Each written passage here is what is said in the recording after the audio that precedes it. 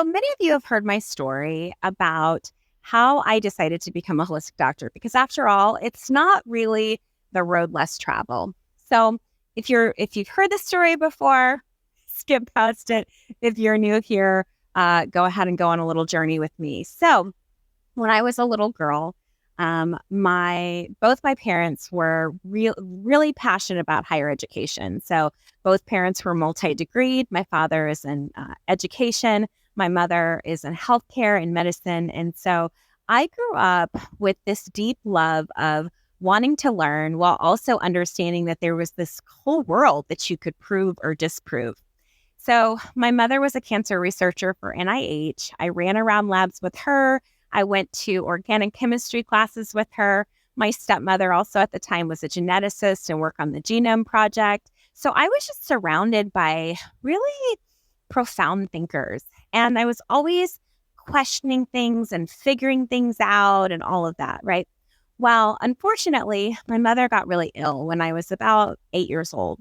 And so at that time, I then went from doing all of those kind of, scientific things to now my mother's seeking healing. My mother sought healing through conventional practices with pharmaceuticals, et cetera, but she also looked more into her indigenous roots and went back to her Native American ancestry. So I did a lot of, acupuncture and rebirthing. I know those aren't Native American, but, we did a lot of sweat lodges and vision quests and really, hands-on healing and just this spattering of holistic health practices, right? Modalities, if you will.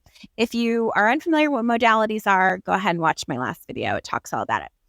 So I went from learning that there was this world that you could prove or disprove, but then there was also this faith-based healing that we couldn't necessarily prove or disprove, but we knew that existed.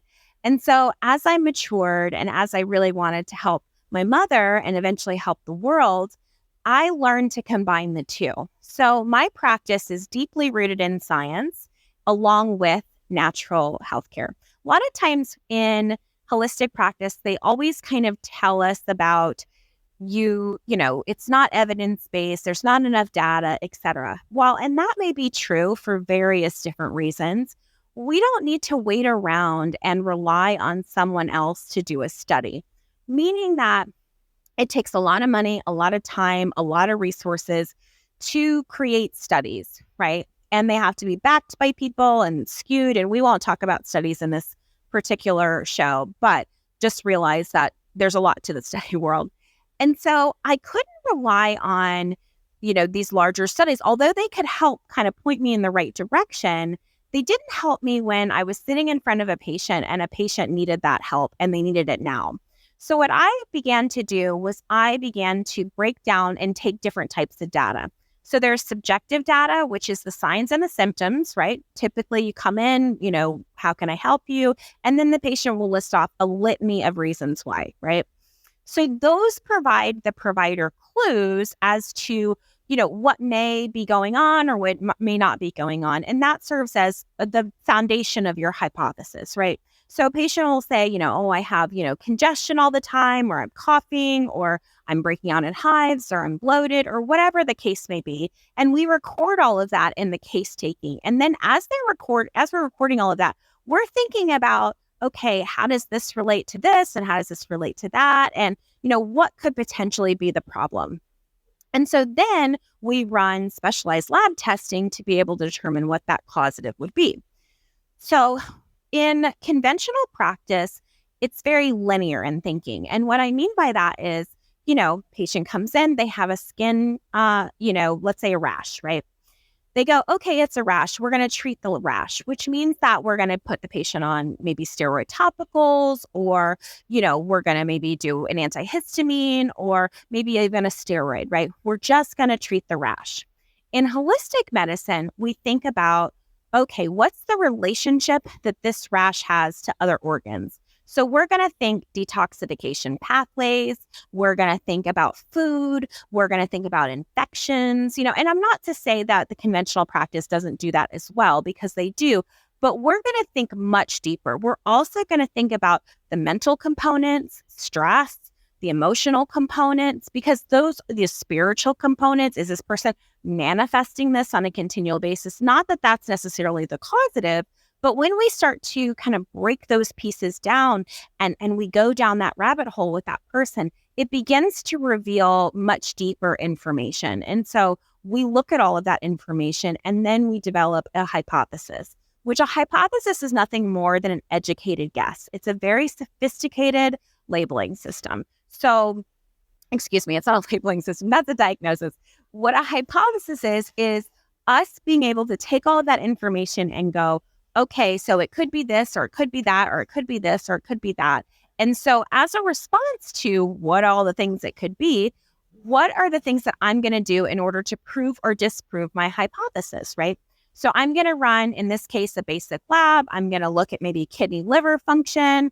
I'm going to maybe look at the immune system. I maybe am going to look at, toxicants, whatever. I'm going to look at those things because I suspect that maybe there may be a metabolism issue, or maybe there is a toxicant issue, or maybe there's an infection issue, because I want to stabilize the system, right? All diseases, I don't care what it is, begin and end from breakdowns within the metabolism. So let's break down what a metabolism is. It's what you're eating, but more importantly, how you're breaking it down, digesting, metabolizing, and assimilating those nutrients. So if you're not eating well, you're not breaking that down, you're not metabolizing, you're not assimilating properly, your body's going to hold on to toxicity, and those toxic reactions are then going to create immunological responses. And this is a lot of where autoimmune states come in, because the body is just so overloaded with these things and doesn't have enough energy. Simply put, it's like energy in, toxins out. So if the body can't, use the energy that it's being given and then also break down, digest, and assimilate that energy source, it's not going to have the energy to be able to properly detoxify. And then organ function begins to go down, and then eventually disease process happens. So when we're looking at a case from a scientific perspective, we're going to try to isolate out as many variables as possible. And we're going to look at, again, subjective data, which is what the patient tells us, and then objective data, which is something outside of me, something outside of you that we can prove or disprove, right? We have to get a baseline, right? So we get baseline numbers, and then we'll implement a treatment protocol. So let's say a patient has bloating, right? Something simple. And we go, okay, so I hypothesize that it's a upper GI issue. Let's say we think they don't have enough stomach acid for whatever reason. Maybe they ate a whole bunch of, fast food and just was not taking care of themselves. So now they don't have enough stomach acid, or maybe they were drinking a whole bunch of alkaline water and now they've neutralized their stomach acid. So we want to get their macros back into balance, right? Then we're going to test. We're going to do you can either do a Heidelberg capsule test for this, or just a simple at-home HCl test to test if there's low stomach acid, right? It's not definitive, but it is an objective tool. And then we'll maybe look at CO2 or anion gap in their lab work. And then what we're going to do is we're going to put in, let's say, betaine hydrochloric acid. We'll put that in, in whatever dosing works based off of the patient's weight and half-life and all that stuff. And then we're going to retest in, let's say, 3 to 6 months to be able to see, if improvement happens, not just from the signs and symptoms perspective, but also from more of a functional perspective in what we can prove or disprove in a lab. That way, definitively across the board, we're not just thinking, oh, we did a good job, right? But we actually know to be true that we did what was necessary, right? And so having a practice like this and having a structure like this. So for me in my practice, patients fill out a very comprehensive questionnaire at the beginning of care.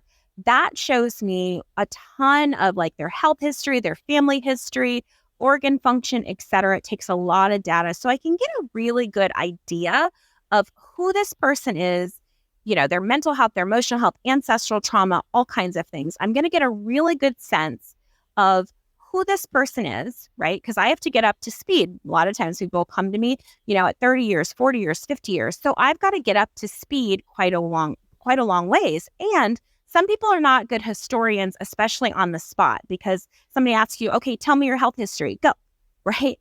And they're like, So we're very careful and very cognizant of making sure that We don't, we keep the prefrontal cortex flowing. We make sure that the patient's able to relax. So we give those questionnaires at home.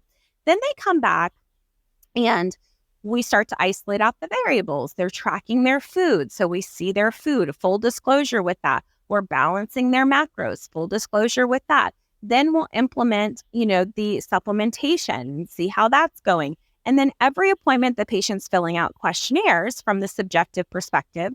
And then from the objective perspective, we're running labs every 3 to 6 months, depending on the case, to be able to see, okay, are we improving? Are we not improving? What's actually happening with the person? So it's a step-by-step process, right?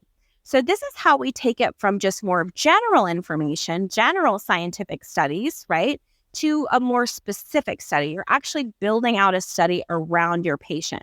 And when we do it that way, we're taking all this data and we're isolating out particular variables and we're working in order that the metabolism runs, right? So from top down. Why we're doing it that way is a few reasons. One, to teach patients step by step what they need to do, right? Break it all down, right? We're monitoring and making sure there's no changes, because in times there can be detox symptoms. And what I mean by that is, let's say we start getting the metabolism running more efficiently and the liver starting to detoxify more. And now the patient is breaking out, or now they've got severe fatigue, or now they're constipated. Those are all clues that the body is giving us to tell us not what's wrong, because it's not really a wrong thing. The body's always going to kind of build homeostasis, and so it's telling us as the provider, it's giving us that feedback to go, okay, wait a second, we need to change something here, or we need to slow something down here, or etc. It gives us that feedback so we know. So it's very deep, it's very intuitive, but also we're able to really teach a patient, very in depth. Constantine Hering was a homeopath in the 1800s, and he wrote Hering's Law of Cure, and he documented how to cure the body. And while we don't cure the body, what we do is we improve function. Here's what he said, and you may want to look this up. So healing begins from the top down, meaning your head.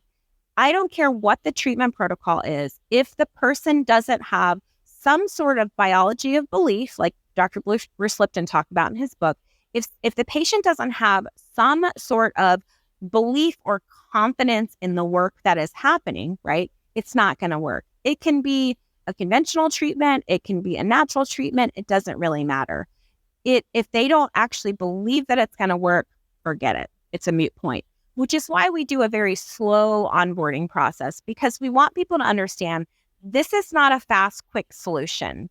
This is not like going to an urgent care. Many of us have been brainwashed in conventional practice, and we want it now. We've got to rush in and, fix this, fix that, patch this up, patch that up. But unfortunately, when you do it like that, you often are left with a lot of side effects. And so because we have an oath to first do no harm that we take very seriously, we're very mindful, and we make sure that we collect all of the data, and then we take a step back, reflect on that data, and then kind of go one step further, and then one step further, and then one step after that. That way, we can isolate out the variables, and we make sure that we don't harm the patient inadvertently. Because when you start moving, one biochemical chain in one direction and another biochemical chain in another direction, there can potentially be challenges within the system. So we work on that, and then slowly but surely, the person gets better. The person starts to heal. But more importantly, the person begins to learn how each of these intervals feel. So for instance, a person can feel, the first thing I do is work on mindset first, obviously, and then diet, right? So I teach a patient what they're currently doing with their diet, and then what they need to do with their diet, and what the gap is, right? And so as we're looking at it, then they're starting to implement those changes.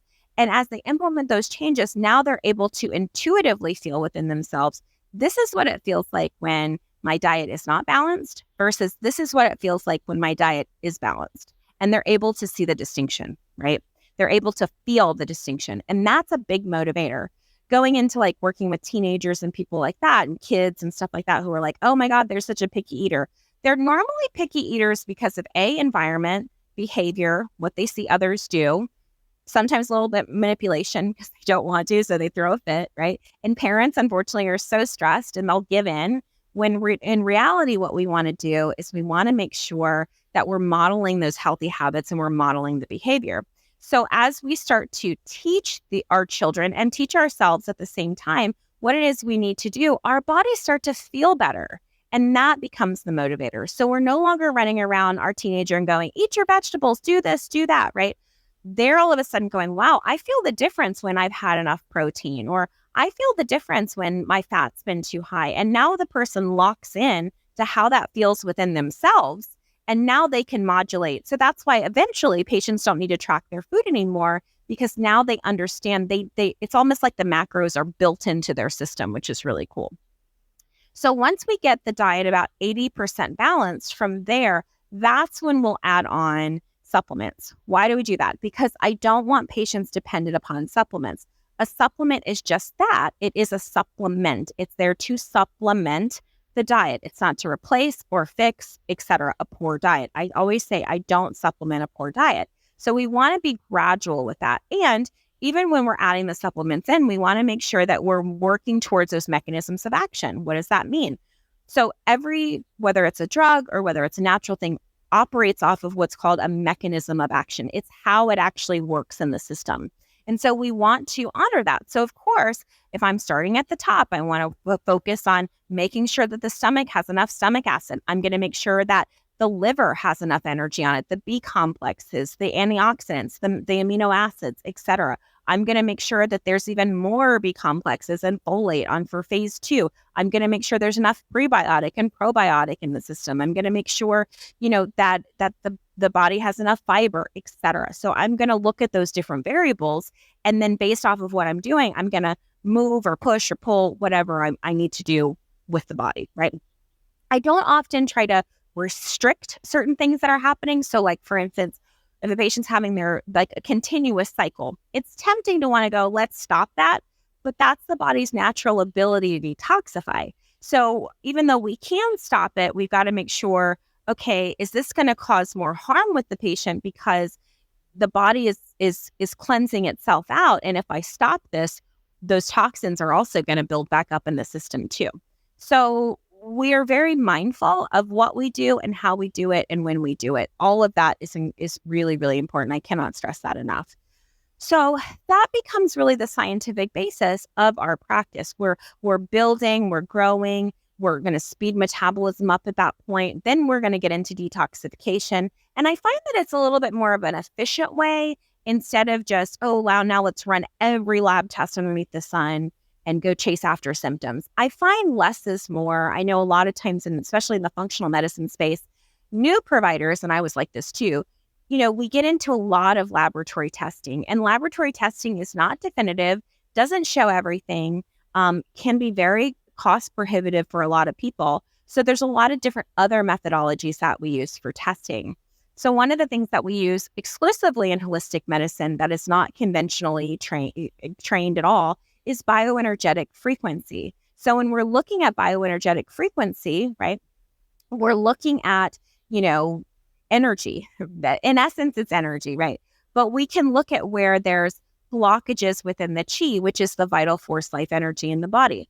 Long before there's any kind of physiological process, meaning before there's any kind of physical ailment with the person, there is some sort of energetic blockage, whether that's through thoughts, emotions, toxicants, nutrient deficiencies, etc. And so like attracts like. And so if the body is not flowing efficiently and now it's taking on this stuff, it's going to weigh the whole energy down of the system until eventually disease process happens. So there's lots of really good studies in that. If you're interested in it, go ahead and comment below and I'll link a few that are really, really good about this topic. I've seen some out of the UK that are pretty profound. Bioenergetic frequency has been around far before Western medicine. It probably predates our Western medicine by over 10,000 years. So that's going to come largely out of India. That's going to come with Ayurveda. It's going to come largely out of acupuncture and, Asian culture as well. So a lot of those in indigenous cultures as well use a lot with the bioenergetic frequencies. And a lot of those types of practices, unfortunately, were lost in imperialism, in colonization. And now we're really trying to reclaim those, if you will, even though we've been told over and over and over again, that's not real, that's quackery, etc. And this isn't a history podcast. I know I get into some history on this, but we can get into why that is with the Catholic Church, etc. So we really want to be mindful of, what we're doing, why we're doing it, and be conscious of it. So when we're looking at bioenergetic frequency, some of the diagnostic tools that I use to measure that is the human biofield camera.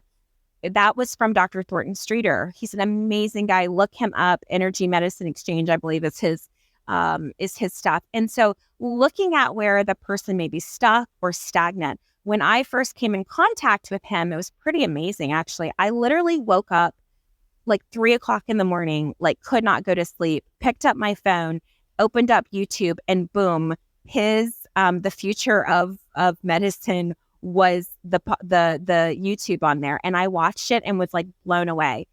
3 to 4 years after that is when I initially contacted him to do work with him to be able to invest in the camera, et cetera. And now I use it today. I use it mainly to be able to look at things far before they turn into any kind of physical agent. So let's say if a person has a lot of trauma or emotional stagnation, et cetera, I'm going to use that particular tool to be able to measure that and assess for that. So really fascinating stuff. I'll throw some pictures up there too.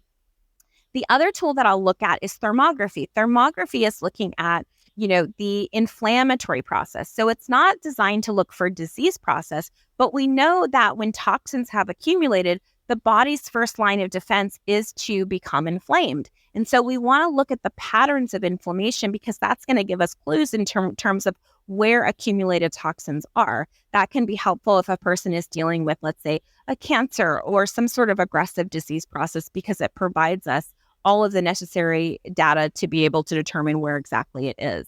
And then from there, we can do CT, ultrasound, MRI, et cetera. But it's more subtle.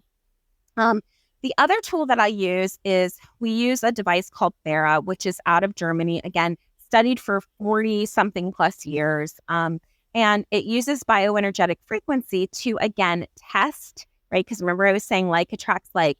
It tests the frequency of the person against certain bios. So I can test if, let's say, there's a virus in the system or if the patient's been exposed to a virus or if, let's say, they've been exposed to a parasite, et cetera, because some of these things are very difficult to see in lab tests. And so what I love about bioenergetic frequency is that it is very sensitive. And so it's more sensitive than your lab. So it's going to pick up more of that subtle energy, similar to homeopathy, which again, picks up that subtle energy, which is why it's really helpful for people that are way overly toxic or people that are really hyper emotional. I think that in conventional medical practice, things like this get a bad rap. Number one, because there's so much confusion out there and there's so much wrong information, right? These particular practices are not designed to diagnose or treat or cure any disease. That's not what it does. And that's not what we do as holistic healthcare providers. What we do is we determine what imbalances are in the system, right? Whether that is nutritional or toxicants or infection. And then we teach our patients how to create that environment that's going to make it uninhabitable for those things to exist, right? So Béchamp, I think it was a French biologist, and he talked about, really creating a healthy environment, which is very, very different from Louis Pasteur at the time, who was very, very invested in the germ theory, which was that there's all these evil germs or whatever out there that we have to go fight and defend ourselves against. We don't have to do that if we learn how to heal ourselves. If we learn how to heal and balance ourselves mentally, emotionally, spiritually, physically, what we know what to eat, we know how to cleanse ourselves, we know hygiene practices. We keep our bodies healthy so that it doesn't have to then fight disease. The body already naturally knows how to do that, which also lends itself to not requiring artificial immunity or artificial things that can, again, they maybe help in one instance, but they can hurt in another instance. So with any treatment that we look at, whether it's conventional or not, we're going to look at the benefit versus risk of that particular treatment. And then we make an informed decision about that. We tell our patients the risks and the benefits, and then objectively, they make the decision that's right for them. So then there's also standard of care, which I'll get into, and then we'll kind of wrap it up, is that, natural medicine and holistic medicine is not the be all end all to everything. Same thing like conventional medicine. It's not the be all end all to life. We need to know where they fit and where the place is, right? So here's our therapeutic order. The sooner we get a patient before they develop a disease process, the greater the opportunity is to help them heal, okay? The later we get it, the more that disease process is manifested, the harder it is to help them heal using natural processes only. So that's why we focus a lot in holistic medicine on public health education and prevention, because the sooner we can teach people how to rebalance their systems, the more likely they are not to develop a disease process later, right? So therapeutic order, patient comes in, let's say they're healthy. A health is and not just an absence of symptom of disease, but it's a state that we create. So when we're talking about our health, how much water are you drinking? How much protein are you eating? How's your mental health, your emotional health, et cetera? What are you doing to really live and embody this holistic lifestyle every day, which is what I teach patients really how to do, is reclaim their lives using the power of nature. And then from there, right, then we're subtly helping them and teaching them to get well and stay well and be well, so they don't need to go into that disease process or disease management state. Even with genetics, which accounts for less than 30%, we know that we have more power, i.e. epigenetics, than what we've been told. And so we want to harness that power by catching things sooner and being proactive instead of reactive for our health. So there is a certain tipping point, though, where the disease process of the body takes over the health. The body's always going to be fighting for health. When the disease process of the body takes over, that's when, unfortunately, death happens with the patient. And so in end-of-life cases, we work through that. And there's a whole process with that, which we can talk about, maybe when we get into death and dying and all that. So if a patient comes in and they have a disease process, we want to make sure that disease process is stable. So that's where we're going to bring in a conventionally trained doctor, a medical doctor, et cetera, because their job is to watch that disease process, right? Their job is not to hold the patient's hand, love them, encourage them, support them. And some really good doctors also do that too. Their job is to watch the disease and make sure it doesn't get out of control, right? So one of the dangerous things that people do is they go, I don't want to do this conventional practice. I'm going to come off all my medication. Wrong. That is very dangerous. Please do not do that. Or they go, I don't want to take that. Let me go look up an herb and let me go take the herb. Wrong. That's also very dangerous.